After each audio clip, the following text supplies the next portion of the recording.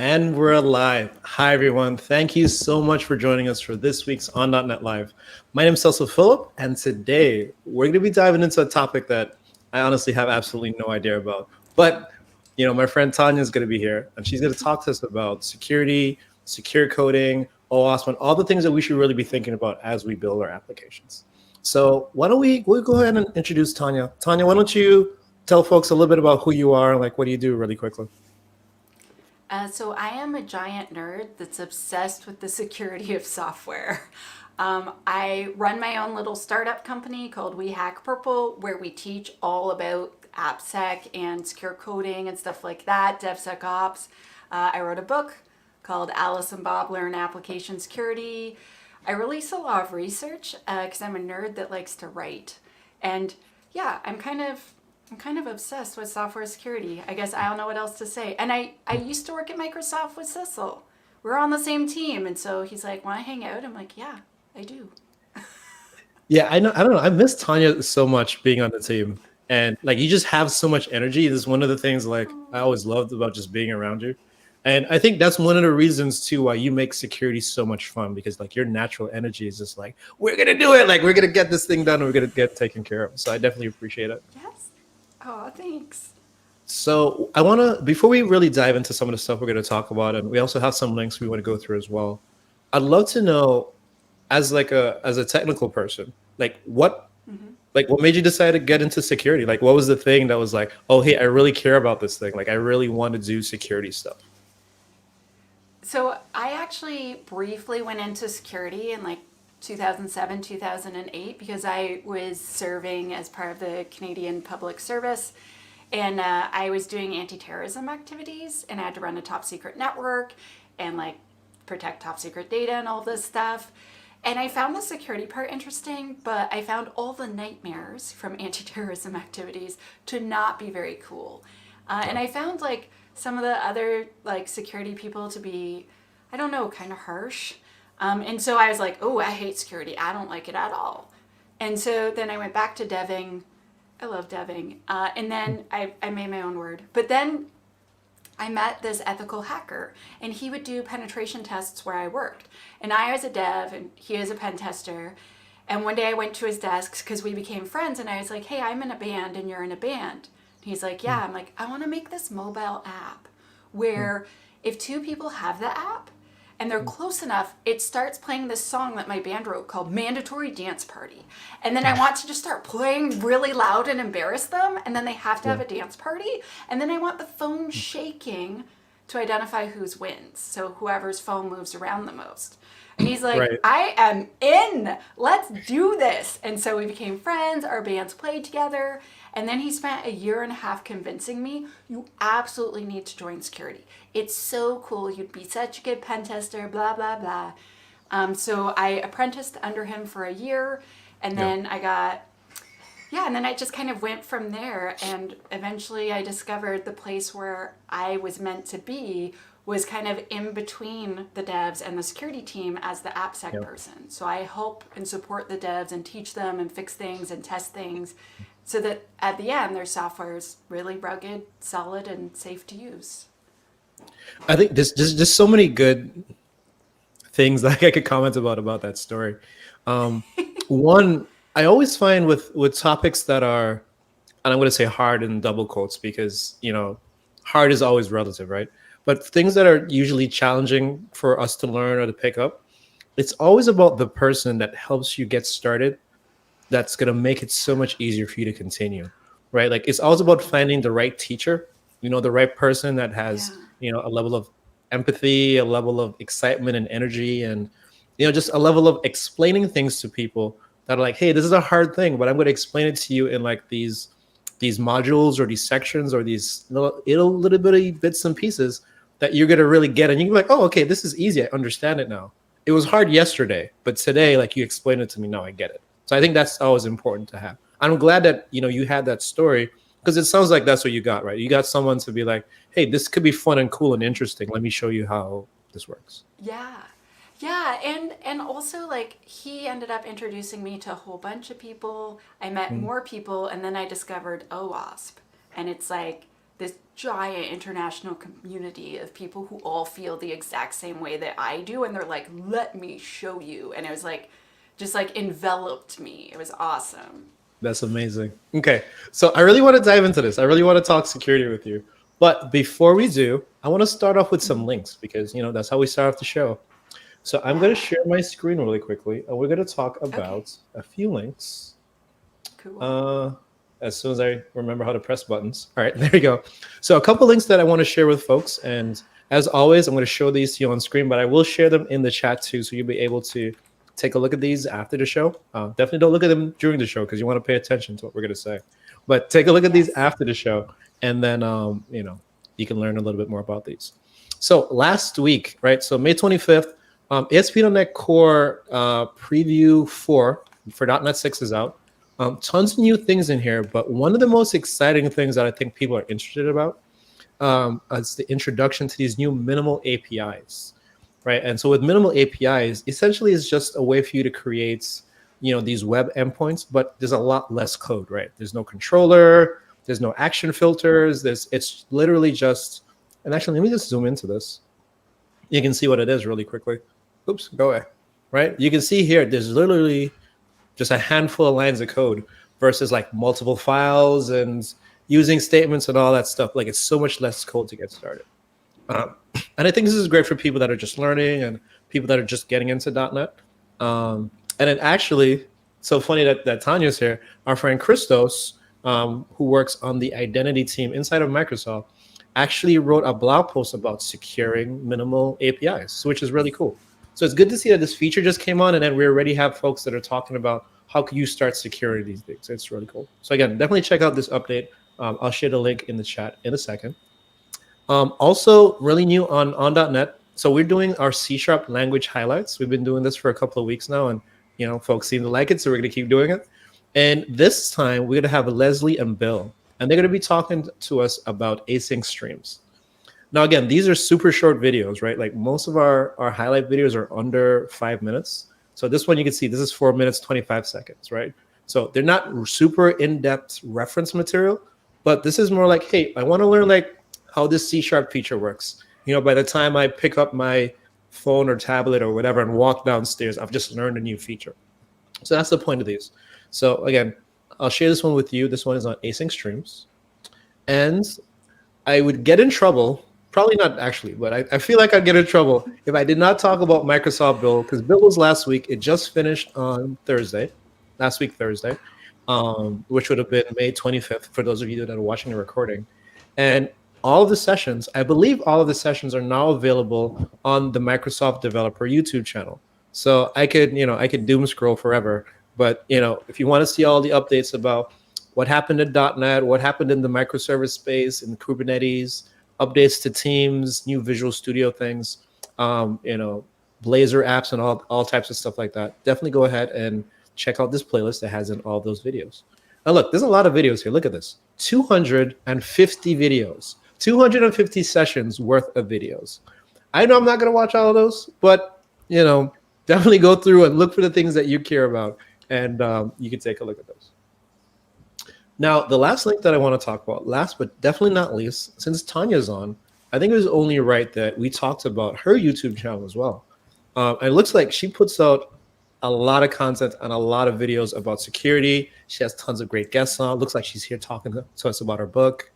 And Tanya, instead of me talking about it, why don't you talk to us about it? Like, what can I expect to see here on your channel and on your YouTube?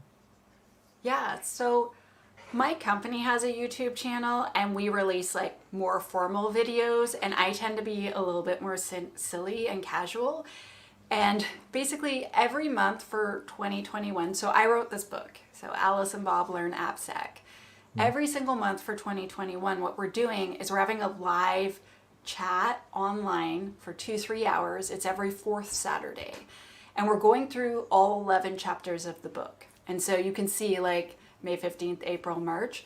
So we're going to do chapter 4 in a couple weeks. And basically, I invite a bunch of my friends that are all security experts, and then we dissect a bunch of the things in the chapter. And at the end of each chapter, if you've read the book, there's questions. And on purpose, the answer key is super short. Like last month, we answered, if you were going to secure a car operating system, what would you want to do to secure a car? Yeah. Right? Like there's so many things. And so the answer key, it says like two things. It's very simple. But instead, like a whole bunch of us tore apart the idea. And so basically every month I'm just inviting different people that I've kind of always wanted to talk to who I think are awesome. And then we just go through basic security concepts and we're getting more advanced as the chapters continue. So this coming month is secure code, which is so perfect because Oh, Lance that's perfect. Sessler, he's the .NET guy. And so what is .NET? Code. It's It code. is code. It is It's all code. about code. Yeah, so yeah, I also like answer lots of questions in videos where people ask it a whole bunch of times. So like the little picture of the cartoon me, it's just we get asked these a lot and I was like, why Yeah. don't I just spend like 2 hours shooting a bunch of really short videos where I just answer the questions that people always ask? And then we just like shared them all out one day. I was just like, let's just do it. Yeah. Would you Yeah. say would you say this is kind of would you say this content is for everybody? Or would you say, hey, I need to know a lot about security or I need to know a lot about app development? Or do I just have to be like security curious? You know what I mean? And then I could just, I'll be able to understand most of what's happening here. So I would say most of these videos, you just need to be security curious. A Okay. bunch of them, if it's about secure coding, for instance, you need to understand the basics of coding. Or when I start talking to you about input validation or output encoding, if you don't even know what input is, right, you're going to be lost. But mostly my channel focuses on the idea of like introducing concepts. And then when you attend my academy, then you get the more advanced stuff. Yeah. Because quite frankly, when you make a beginner video, you will get 10 times the viewers. And that's awesome, but people go past beginner, right? And then they want Sure. to know more and more and they want to become an expert. And so, yeah, we usually put the less advanced stuff on here, although I am going to release a thing about like how to pen test WordPress soon because my company released a brand new website and I hired designers because every app I've ever made is ugly. So they made this beautiful website for us that I am not at all responsible for. And Nice. then I pen tested it. And so I'm going to release like a blog with some videos about just how to smash the crap out of WordPress because like who doesn't want to smash the crap out of WordPress? That sounds awesome. But Yeah, definitely let I'm us going to know explain whenever from the those beginning blog though. posts come out. Thank you. Yeah. Yeah. It should be theoretically next week if I just sit down. I recorded all the videos. I just like haven't typed out the words. Yeah. I did I the get it. hard work. I pen tested it. I remediated everything. I made videos, and then I'm like, meh. Oh, I gotta write this Why too. finish? Oh, that's funny. Okay. So what do we take my screen off really quick? So my screen Okay. is going bye-bye. Say bye screen. No more screen. Bye. And Bye, screen. now let's dive into some security things with Tanya. Yeah. Now, I know for me as a developer, prior to working where I do now, I've worked in a few different industries, healthcare, and I've done, some stock trading things and stuff like that. But security was always a thing we did last. We know we shouldn't do it last. But as a developer, there's some things that go in the like, I'm gonna do it last box, right? In that there's Yeah. testing, there's documentation, and then there's security, right? We always do those things last as developers. I don't know why. We know we shouldn't do it, but that's what we do. And I obviously that's a bad thing, right? Because kind of like what you and I were talking about before, after you start to go down the hole of trying to figure out um, what do I actually need to do to secure my applications, you realize, well, hey, there's a lot of work here. Like there's no magic button that we could press that'll say secure everything now, quick, right? Like I can't actually do that. And so it's a lot of work. So I'd love to hear from you, like what are some of the things that we could do? And I think you call it push security left, right? Like what are some of the things that we could do to start making security more of an upfront feature and have it integrated in our sprint planning and our feature planning and stuff like that. Okay. So if you write the system development lifecycle, the SDLC, out on a piece of paper, Hmm? you have like I'm going to gather some requirements, figure out what I'm going to write. I'm going to design the thing. I'm going to build the thing, coding, funnest part. And then there's testing and deployment. But if you do Agile, you do it a bunch quicker. If you do DevOps, do it a little differently, but you still have to know what you're building, etc. So when you look at it on paper, the further left that you go, if you go the further left, you're earlier in the system development lifecycle. And so we'll say, we're going to shift security left. Or I like to say pushing left, because I'm not always invited, right? And so I'm going to try to push to get the things I want. And so when we do requirements, like I like to add security requirements. I have like this little thing on my website, and we could share a link later, but it's like every web app that you build, like just add these requirements to it. So let's say a really simple one is, if there's going to be a website and it's on the internet, I want it delivered only over HTTPS. So it's got to be encrypted, or no. If someone tries to connect with HTTP, that's cool. I'll redirect them to HTTPS, and that's it. And if they don't want to do that, or for some reason that's not acceptable, then you can't visit our site. I'm sorry, right? And so if we give them a bunch of requirements and we tell the devs this is what we're expecting, then when they're making their schedule of things, it's like, oh, well, we have to do those 10 things the security team asked for. And they become like a feature, if that makes sense, or like literally a requirement of the project. And so, telling them what we expect and what we need at the beginning, rather than like waiting until the end and telling them how wrong they are. And then during the design phase, right, there's a whole bunch of stuff we can do. So there's a bunch of design concepts that are about security, like least privilege. Oh my gosh, security through obscurity. There's like a whole bunch of them that we can talk about. Defense in depth, etc. Like there's tons and tons of them. I literally teach them all the time, so they're all jumbled in my brain. But, and so we apply those. We can also do like a whiteboarding session with a security person where we're like, oh, so that's talking to that, cool.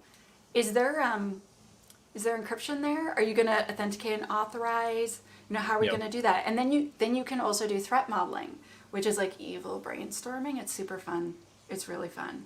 And then, in the coding phase, there's a whole ton of things that can happen there. Like you can write unit tests and then make a copy of them and then turn them into security tests. You can follow secure coding practices, and then you can do, whenever anyone checks new code in, have one of your peers review it and then look for those secure coding things. It's like, oh, it's like there's no input validation here. I'm sorry, like your code's not right. You're missing something. Could you fix that before you check it in, please? Like there's step after step after step of things that we can do to make sure our entire SDLC is like reinforcing us building a secure app. And so that's what we're talking about when we say we want to shift security left, we want to push left. It's like, I want to start at your first meeting and be like, hi, I'm Tanya, I'm your security nerd. I'm here to help. Yeah. I think one of the, so we thought about those things are in the box, right? Like, again, security testing, documentation and stuff. And one of the things that I always hear is we don't have time, right? That's usually the argument. And when I say we don't have time, in terms of sprint planning, we really need to get this feature out. We don't have time to test it. We really need to get this feature out. I don't have time to like secure all the things and validate all the things, and we don't have time. And obviously, this obviously changes from company to company, because some companies might have, like for instance, I work at a company before that there was dedicated dev folks, there were dedicated deployment folks, there were dedicated testing folks, and even within the testing team, there were like domain testers, and then there were application testers, which, one is testing your business logic, the other person is testing, looking at your code and performance and security and those types of things. But not every company does that. So now if we go to the other side of the table where, we have devs that do everything, right? The deployment, the testing, everything. Now they're like, oh my gosh, like I'm so overwhelmed with stuff. So I put these things that are in the box, I push them to the last minute because I have to get the feature.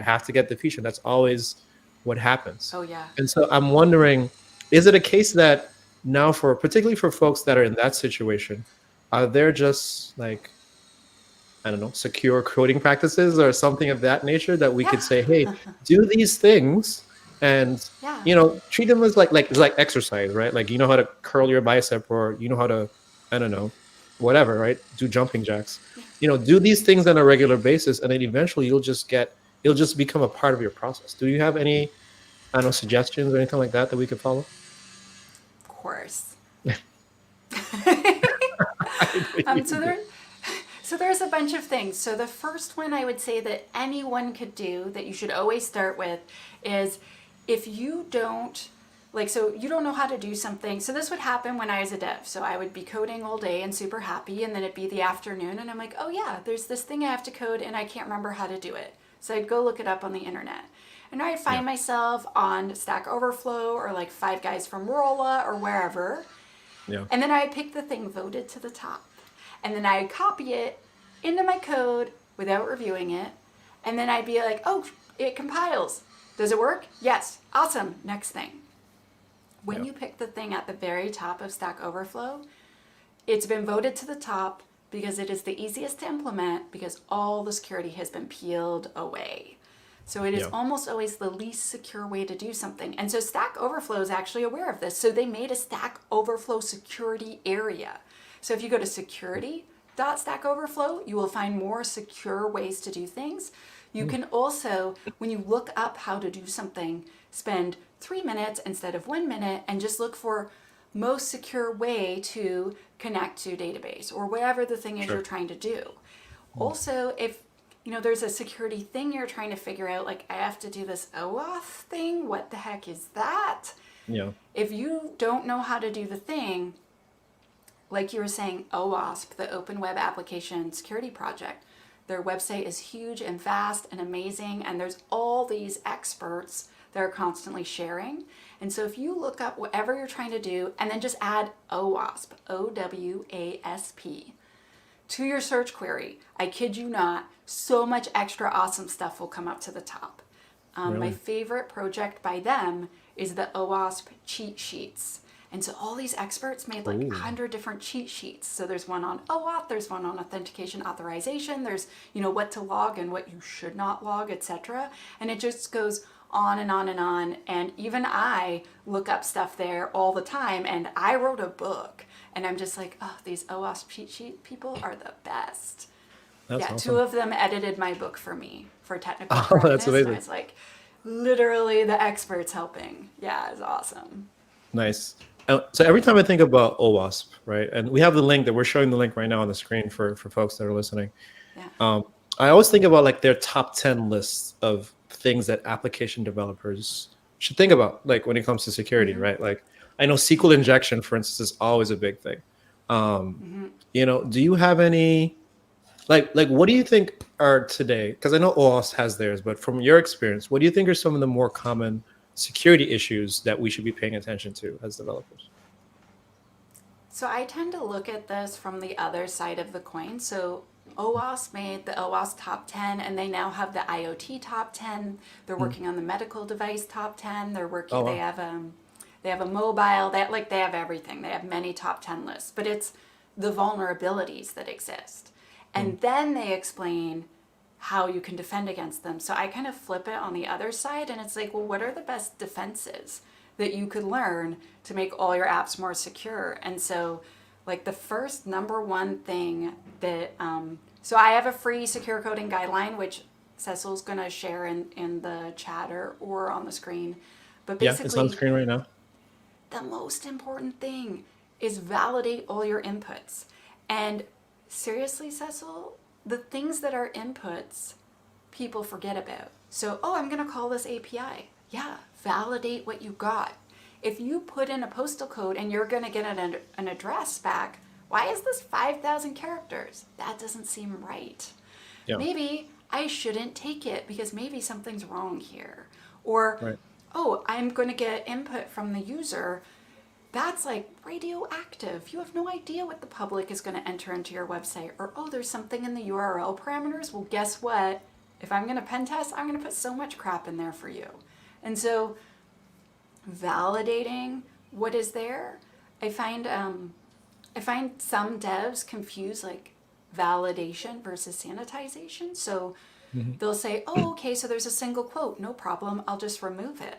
Or, oh, I Yeah. have a list of bad stuff, and if it's not any of the bad stuff, I'll just let it in. I'm like, no. If you want to make your pen tester very frustrated or malicious actors very frustrated, make a list of what is allowed. So Right. I'm going to allow, A to Z, uppercase, lowercase, 0 through 9, because this is a username and it's only allowed to be 20 characters, right? And so anything that doesn't fit that regex, you're just like, oh, I'm sorry, invalid input, thanks, try again. And you don't Right. reflect it back to the screen, you don't ask them. And then that's just it. You just keep rejecting them. And you do this on a server. You don't do this in JavaScript because, again, I'm the bad guy sometimes at work. And Mm. so I'll just take a web proxy and I'll just kind of go behind. And then I'm like, okay, I'm past the validation. Awesome. I'm going to send you 5,000 characters and crash your server. Because I have to think like a jerk face. Sure. Um, Sure.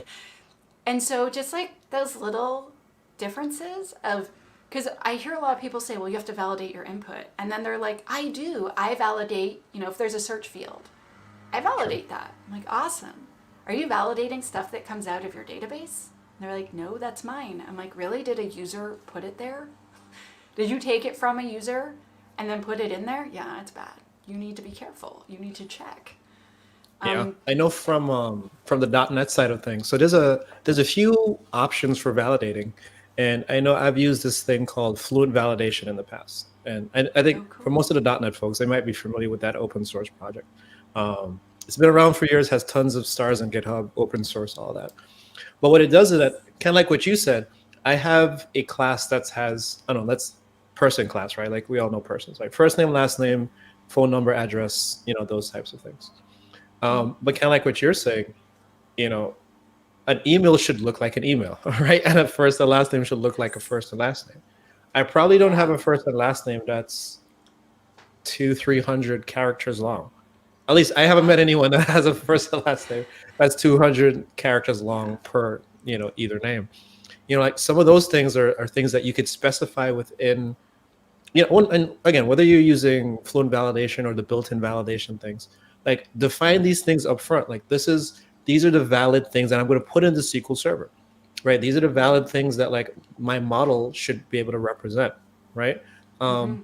And even on the other side too, right? Like on the other side, if I do have an error, kind of like what you were saying before, don't send them the trace dump, right? Don't send them all your logs. Like don't send that back to the client. But instead, Oh my like for instance, gosh. if you're building a web API, for instance, just send, a 400 bad request, right? Like send an error status Yes. code, what I mean? Like something Yes. that's just enough information to let the calling party know, hey, well, there's a problem here, but Yeah. not so much so that oh, well, they're using this version of .NET and they're hosting on this web server and there's their IP. Like, don't send them that stuff. Just give them oh, this doesn't work. Sorry, try again, and then you walk away, Yes. right? But now on your Yes. So back good. end, you could store it, right? You store it. You have logs and things like that you could look at.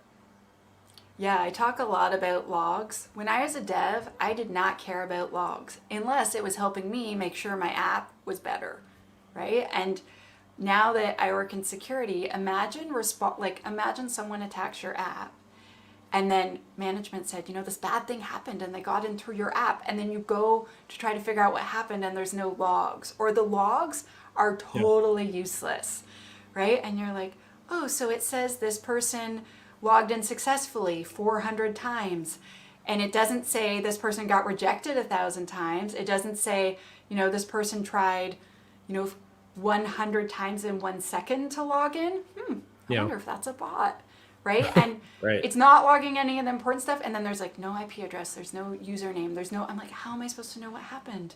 Right. And then I'm the incident responder telling them, like, I don't know what to tell you. There's nothing here. Like, or what I see a lot is they've deleted the logs. They're like, space is expensive, Tanya.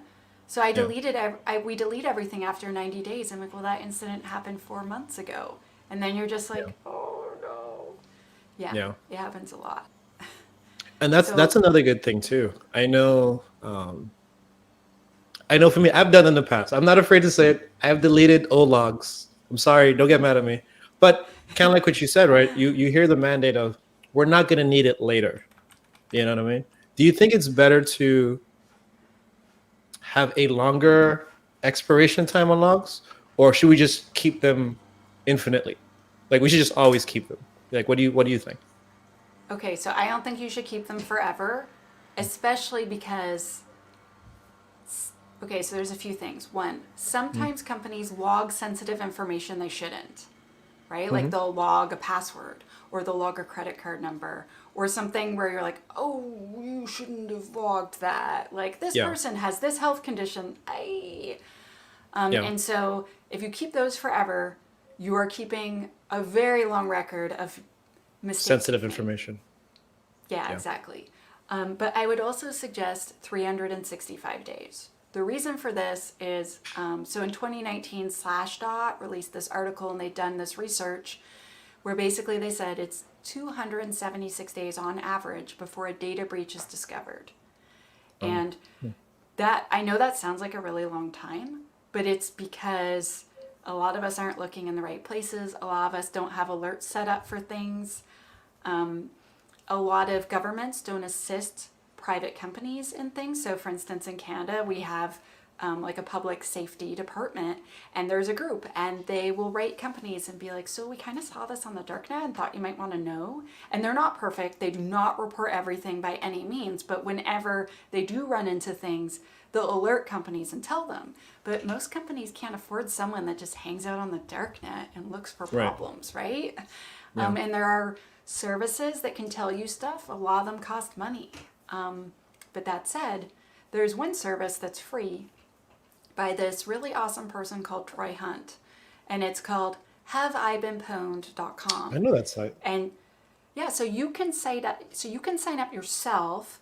And so I have all my personal emails and work emails on there where if I'm in a data breach and it's reported to his service, he sends you an email and he's like, hey, guess what? You're in trouble. And you can actually sign up the domain of your entire company for free. Huh. And then they'll alert you when anyone from your company is in a breach. And so I saw this person do a presentation at a conference, and what he had done is he had gotten the data dump from Ashley Madison, which was Mhm. a website specifically for people who wanted to cheat on their spouses. Yeah. And he'd gone through the data dump of all the breached data, gone through the email addresses, found 750 employees that were part of the Canadian Public Service that had used their work emails to sign up for that. Wow. Yeah. And That's guess what? crazy. Guess how likely it is that they used the same password as they use for work? Around 75%. And Yeah. so, all those passwords have been updated, by the way. Right. But imagine if you have a service that is telling you when these things happen, right? It's not Yeah. perfect. They don't report everything. Sometimes they don't get the reports for a long time. There are services that you can pay. However, those services buy those data sets. And I don't know how comfortable I feel with Yeah. supporting people that steal breach credentials and then sell them. I'm like, is that really what I want to do with my money? Yeah. So I don't No, know. probably That's not. like kind of you have to make your own call on that. Right. Right. Right. Right. We have a couple questions that are coming in the chat. I want to make sure we see what the folks are Cool. talking about here. And Yeah. coming in from Twitch, um, we have a What about question about what about Stride? Stride? So I'm guessing Stride is a security thing and not like a running Yes. thing. So you're gonna have to tell me what is Stride and what is it? What is it Okay. for? What is it about? So Stride is an acronym for threat modeling that was made by Adam Shostak, the guy that was on my stream last month. Oh, that's So awesome. Adam's this awesome person who's really like one of those person that like shares information with the community constantly, and he wrote a book called Threat Modeling. And I believe it's the first book ever on threat modeling. And there's different ways that you can try to threat model your app. So ways to bring out the answers in a brainstorm about what could go wrong from a security perspective. And then of course you Yeah. look into it and fix it. And so STRIDE is an acronym. It stands for spoofing, tampering, repudiation, identity. Oh, what's the D and the E? Anyway, I can't Okay. remember them because I'm on the spot and we're live. But basically, the idea of Stride is that you go through and ask the devs and the business people or like the product representative about those things. So, like, what would happen if someone could log into this app and like pretend to be someone else? Like, is there a way in the app where we think this could happen, and what would be the damage? Like, how scary is that? Or, would Yeah. someone try to steal something? And so, like, the idea is to prompt the questions that kind of look at all the different places in security that so that you don't miss anything, right? And so that's what Stride is. It's totally awesome. So I'm a big is fan. Stride kind of like guidance? Like here are the things that you should do, or are there like I don't know like templates or things that I can Yeah. automate that follow like these the principles that are outlined in Stride? So there are a bunch of different open source and paid projects that will Mm. help you threat model. So there's one that's Yeah. called Threat Dragon from OWASP, and it's pretty cool. I don't know the names of all of them because honestly, I just Sure. go through the questions in my head and I always just try really hard to make it like a conversation. Yeah. However, there's a threat modeling game, which again, Adam made, and it's Mm. called Elevation of Privilege. And the idea is that you have an app and you have like a kind of like a just drawn out diagram of what the architecture looks like. And then the game takes it's a card game and it takes you Mhm. through and asks you questions that you're like, "Oh crap, I guess that could go wrong. Damn." Yeah. And then you try to look at your design and it's like, "Are we defending against this? Awesome. Are we not? Oh, I I totally missed that. Okay, so let's add this here and let's add that there."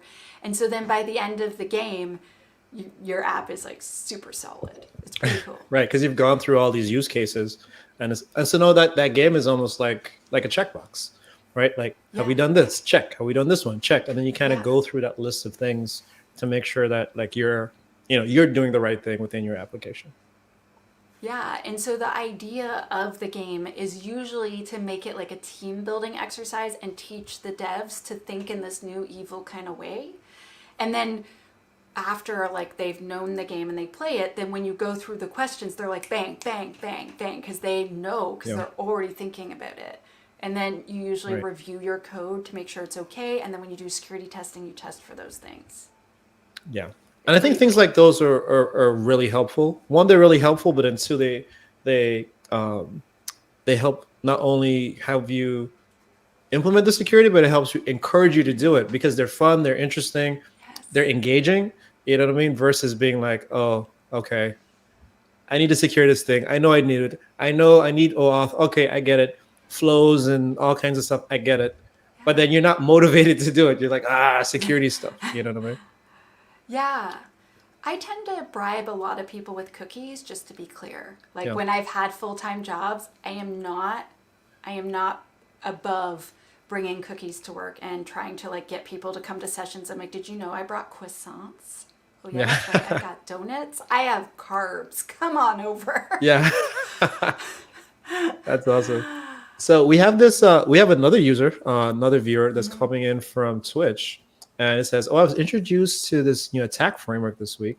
It's very nice, great guide to determine patterns. Have you used this Yeah. framework before? Have you seen this? I have never used this one. I've seen it.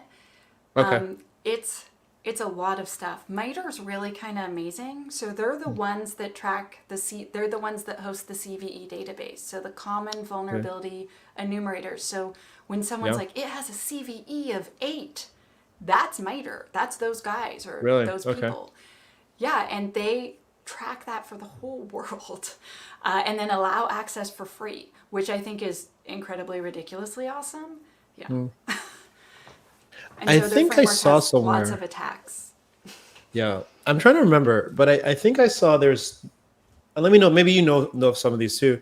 But are there tools that I could use again, like some automation tools that I could point Yeah. at my code to be like, I'm detecting these CVE vulnerabilities. I feel like I've seen Oh yeah. similar things that do stuff like that. But do you know of any that we could take a look at? Okay, so there are so many. Oh So my gosh. Yeah.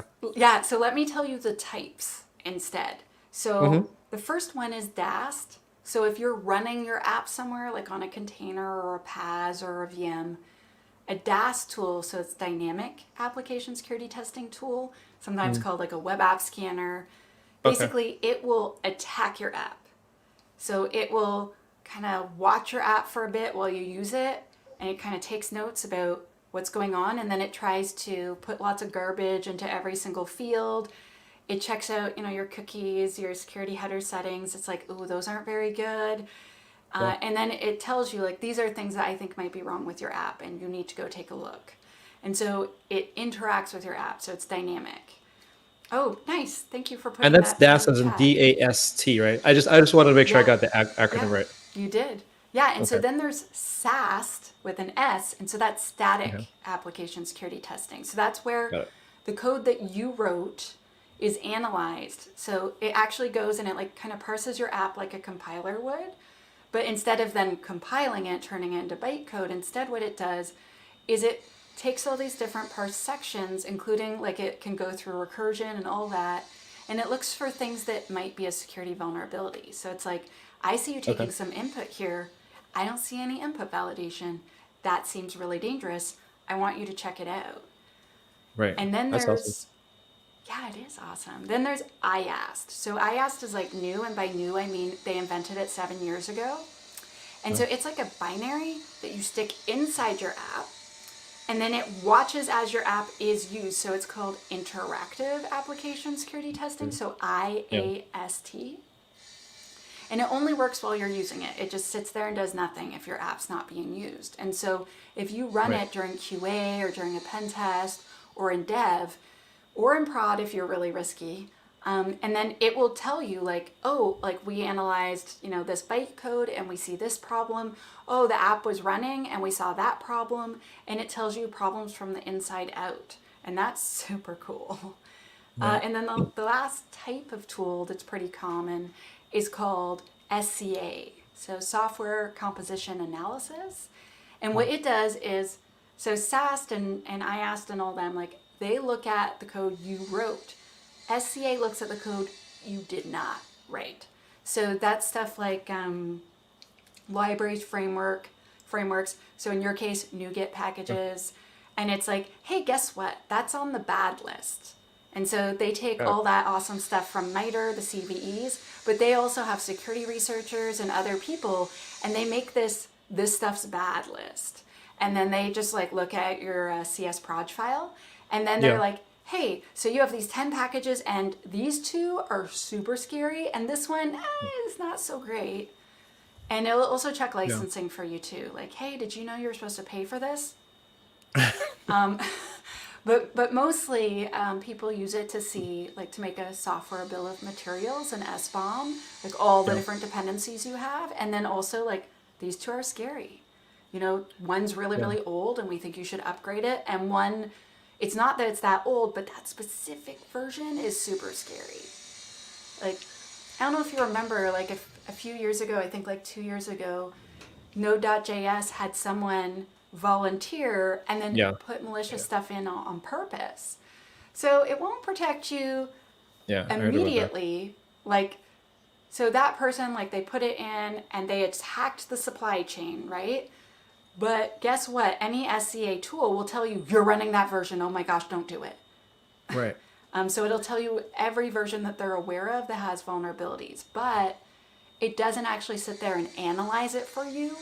It just compares against this known bad list. But that makes Yeah. it super fast. Like, you could do it in a pipeline in like 20, 30 seconds. And like, Yeah. it's pretty, it's pretty good. That reminds me of, I know like in GitHub there's bots that you could run, right? Or like Yeah. things that you could, install or connect to your repo that like do Oh yeah. security scans. And I know in some of our repos we have, when I say our, I mean mine and not the companies, that will look at the code that I write and I commit to my personal account, and it'll be like, hey, the version of this thing has a problem, or this thing is outdated and you're missing all of these fixes. You should update it. And then sometimes I think there are even ones that not only alert you, but they even submit PRs.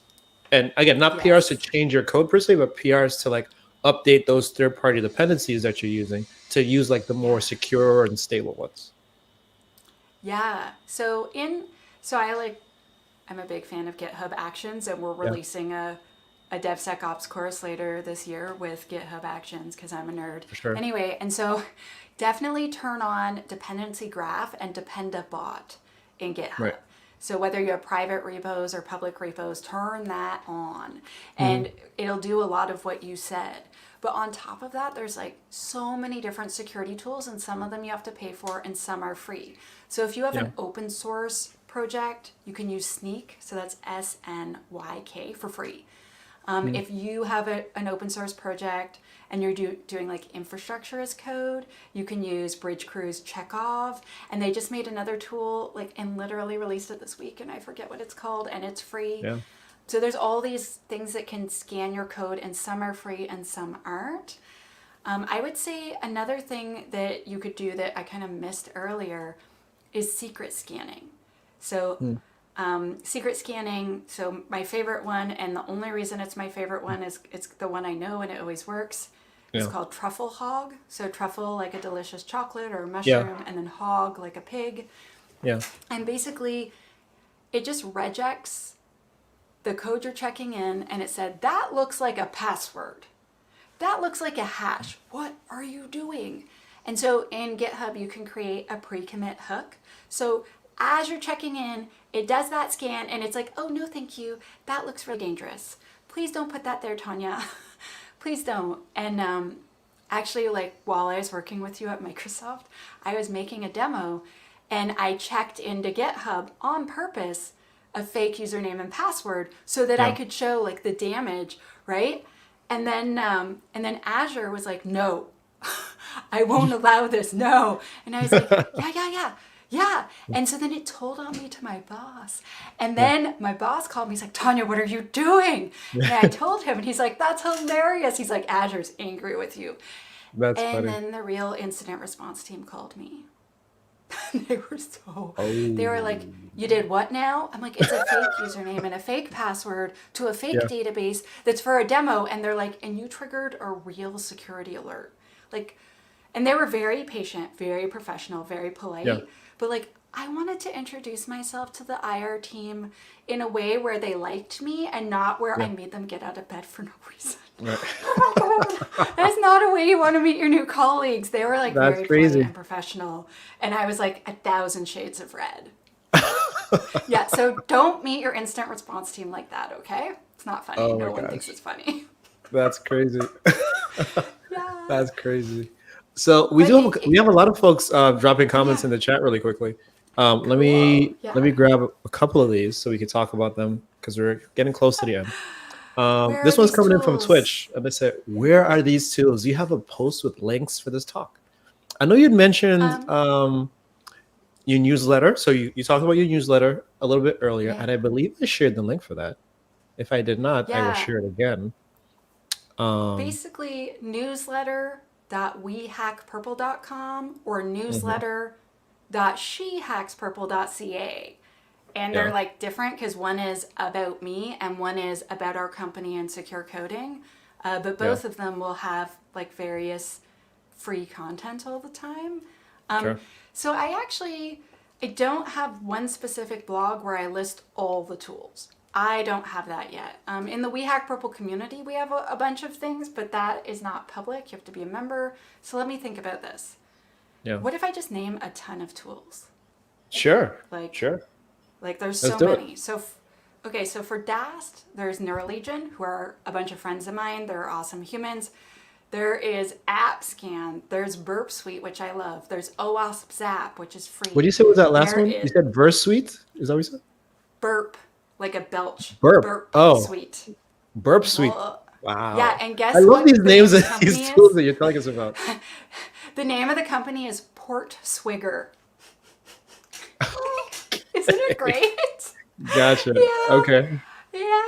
There are so many DAS tools. There's Yeah. NetSparker. Oh my gosh, there's hundreds. There's literally hundreds. There's so many DAS tools. And then I am actually part of a little startup called Cloud Defense, and their tool does DAS, SAST, SCA, and a whole bunch of stuff.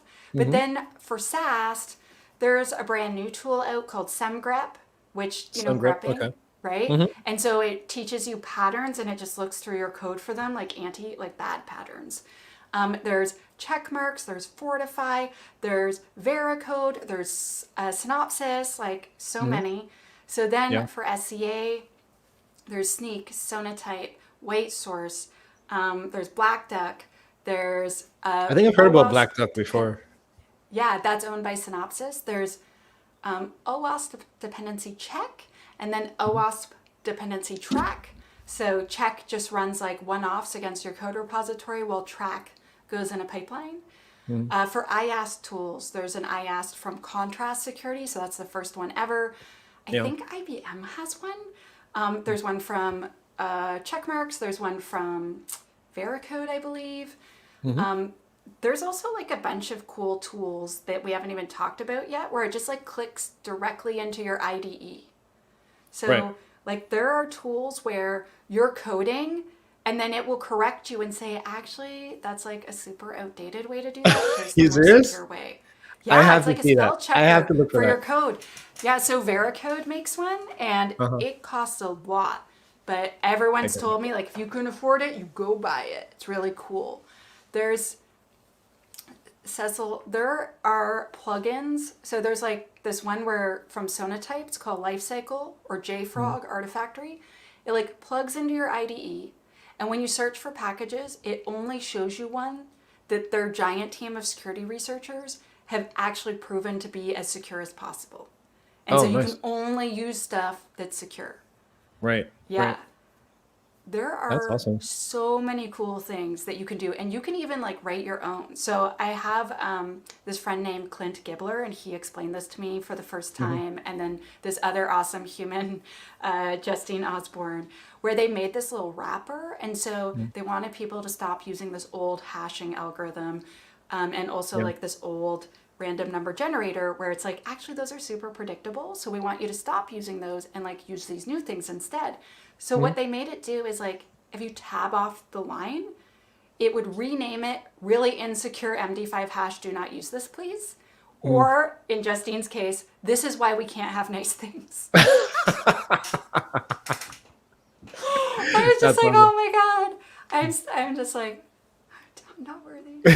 She says, This is why we can't have like, nice things. I love it. I love it. right? And like talk about fast feedback, right? Like Yeah. we're used to like when I was a dev like 7 years ago, I would have to wait like until my app was pretty much done, and then a Yeah. pen tester would come in and like just tear it to shreds, right? Like we Mm. didn't have secure coding guidance. I'd never Yeah. had training on this. I like we didn't have a secure system development lifecycle. Our SDLC was fly by the seat of your pants. Don't piss off your clients. Yeah. And then like the pen tester comes, and of course, it's like shooting Breaks fish in a everything. barrel, Yeah. right? And like imagine being coding and then having someone correct you at the time. It's just like, whoa, okay. Thanks for letting me know. I think another benefit of doing that in tandem versus waiting to the end is in like mentally speaking, like it becomes a part of your thought process now, right? Because think about like your developer, I don't know, like your developer habits or like your developer flow, and you're just like I'm going to dev, and I'm going to wait until I don't know sprint number 5, right? And then you break all of your stuff. You probably don't remember what you did yesterday. Never mind what you did, 2 3 sprints ago, or like what was I thinking? Why did I choose to make this decision? But now if you can have those interruptions in tandem, and again, I get it. It's going to take time and it's going to be annoying and you're not going to like it.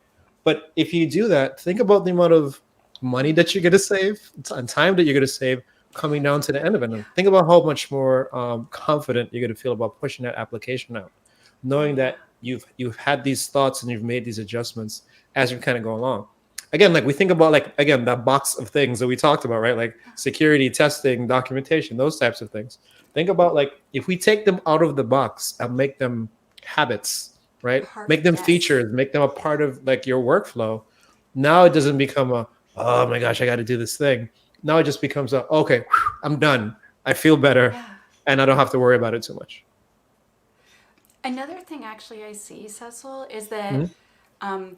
they'll have one person that is kind of like the bug slayer on the team. Yeah. And so the other devs are making these security mistakes, but then the bug slayer dev, like the one person assigned to maintenance, is fixing all of them. Hmm. And they're never learning the mistake they made. So they keep making Yeah. the mistake over and over and over again. I'm just like, oh my God, like you're setting yourself up for failure. Like if Yeah. someone made the mistake, if you can figure out who did it, not to blame them, but so they can see. So you don't make that mistake again.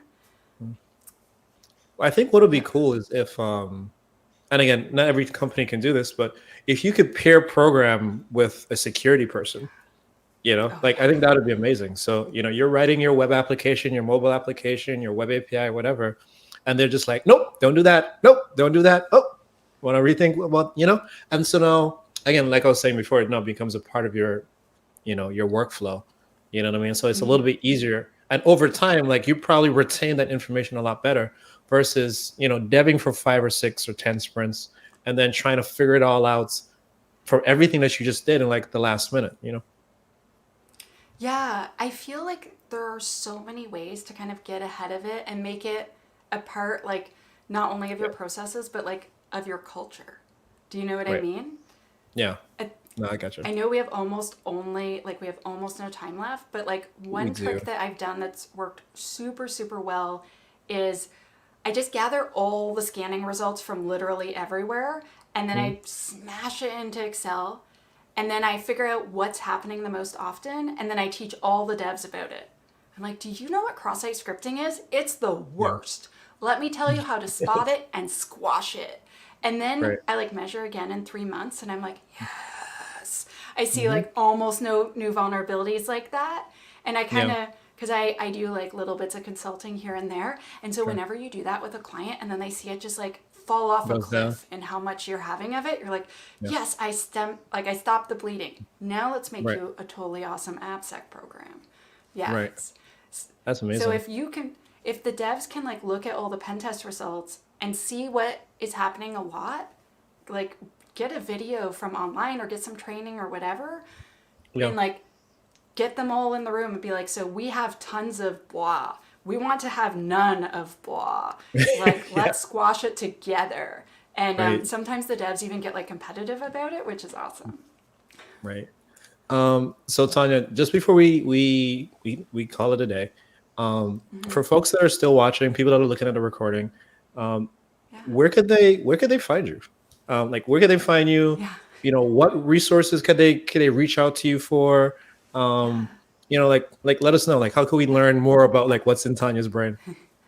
Okay, awesome. So I give training, like live remote training, and my Mhm. company has on demand training. So we're Mhm. releasing our secure coding course in 2 weeks. So go to wehackpurple.com and check it out. We're pretty Okay. excited. So you can actually we'll sign up and then we'll tell you the moment it is available. Um, we have a bunch of courses there, not just that. So we can teach you how to be an AppSec professional as well.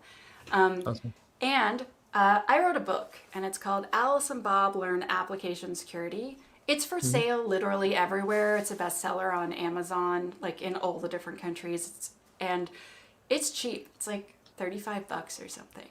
And Yeah. it covers secure coding, it covers how to make a secure SDLC and everything. And then if you want to reach me, I am a Twitter addict. And so I'm She Hacks Purple. And so I'm I'm always sorry. on there a lot. I have like all Mhm. these other places. Like I have a marketing person now at my company and they made me make a silly Facebook page. So if you want to talk to my interns, go to Facebook. But if you want to talk to me, I'm on Twitter. That's My funny. interns are like, no. Yeah, so Yeah. like I don't log into Facebook. They're evil, just so you know. That's funny. And then speaking about you on Twitter, I know you also do a Cyber Monday, Cyber Mentoring Monday as well, right? Could you talk Yeah. about that super quick? Every Monday on Twitter for many years now, myself and now a whole bunch of InfoSec professionals, we all tweet hashtag Cyber Mentoring Monday, Hmm. and then we pair people with professional mentors. So if you are looking to get into AppSec, pen testing, InfoSec, threat modeling, incident response, whatever, you can respond to mine or you can tag me, but use this hashtag.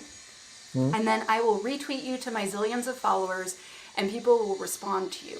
make sure your direct messages are open, and make sure Sure. your message says what you're interested in learning, and make sure that your request is polite, because sometimes people say, "Yo, I want a mentor, gimme," and then no Yeah. one will write you. So instead, Right. say, "I'm really interested in this. I'd love to learn more about that." And then Yeah. some of you will suggest like a book or a video. Some of them will meet with you, on Zoom or something and Mhm. talk with you. And sometimes, if you're lucky enough, you find someone and you form a long term mentoring relationship. And it's beautiful. I actually went to a conference like when we were allowed to be in person with other humans. And I remember this guy walked up to me and he said, "Hi, I'm Jesse, and you made my whole year." And I'm like, "Oh, I want to hear this story." And he's Yeah. like, "So I answered someone from Cyber Mentoring Monday." And then we became like a mentor mentee person. And Mhm. then my company just hired this person who's totally amazing. And Yeah. like we work together full time and we're basically besties now. So That's I owe awesome. you a beer. And I was like, "I don't drink beer. How about like frou frou coffee, like a Yeah. latte thing with a lot of sugar in it?" And he's like, "Let's Yeah. do it." Yeah. And it turns out he's like a really super awesome human, as you might have expected from that story. Mm. But like so many people are bringing people together. There's all these awesome humans that just say, "Hi, I'm an expert in this. Do you want to learn about it? Mm. Message me." And it's so amazing to see the industry and the community like swoop in and welcome newcomers, because we need your help. There's over 1 Yeah. million jobs in North America alone with no qualified person to do them. And so Right. if you are a .NET programmer and you're like, "You know what, I want to learn AppSec," come to We Hack Purple. Come to Cyber Mentoring Monday. Like, come Mm. join our communities. Like, join OWASP. And like, trust me, we want you. We need you. Yeah. It's true. Yeah. As one of those reasons too, I wanted to ask you in the beginning, how did you get into security? Because I think a lot of folks are like, hey, I want to write code, and no one wants to write insecure code. Like no one is like, oh, I don't care. Like I'm just gonna throw it over the wall. But there's Yeah. always this impression that it's hard to do, which is why I also said like it's important that we have the right people that are around that care about the community, care about sharing not just information but the right information, and then like genuinely helping people progress. And so that's an amazing thing to do. So kind of like what Tanya said, check out Cyber Mentoring Monday on Twitter. I'm guessing it's only on Twitter, right? It's not on like Instagram and like the other things with the No. hashtag, right? Yeah, so I tried doing it on LinkedIn, and the way the LinkedIn notifications work, it was literal hell. It Yeah, was it was I just get it. complete hell. I get I it. don't even check my notifications. I have like 45,000 or 50,000 people on LinkedIn, and Yeah. I can't see anything because it's like this person liked this thing from 45 days ago, and I'm like, Yeah, and you're just like, "Where are the oh wow, comments I that I need missed to it. respond to? You're making me look like a jerk, LinkedIn." Yeah, Because yeah, yeah, so I just respond to messages because I can't even follow the notifications. So we tried I it got it. there, and people couldn't get answered, and it was just a mess It because is the too much. notifications aren't Yeah, helpful. I got it. And it's So not like on you said, Instagram because I have like 4 people on there. So so like you said, so definitely follow you on Twitter. Check out We Hack Purple. Check out Cyber Mentoring Monday on Twitter, and also make sure you check out Tanya's YouTube channel as well, right? So that's also She Hacks Purple on YouTube, and then you learn about you know from her guests and about her book and like tons of the other great stuff that we should be doing, not in the last minute, but like as we go along and we're writing secure, responsible software. So Tanya, thank you so yes. much, man. I really appreciate it. I had so much fun. Oh my I gosh, feel me like we could too. keep talking for like another hour, but we got to go before I get kicked off this channel. So yeah, thank you Yes. for joining us. Thank you everyone that's watching, and we will be back next week. This month is actually Blazor month. I'm sorry, no, I'm lying. This month is F Sharp month on .NET Live Oh, TV. So for the rest of this month, check out the .NET channel. We're going to be talking all about F Sharp and F Sharp things and stuff. I'm sorry. Is it F Sharp? I don't remember, man. when Like you just said check out the blazer, channel. I imagined like a jacket blazer thing, and I was like, really? We It gotta we seems gotta so talk off to you about the topic. Blazor stuff. But yeah, definitely check out the rest of the shows on .NET Live TV. Thank you all so much, and we'll talk to you soon. Bye.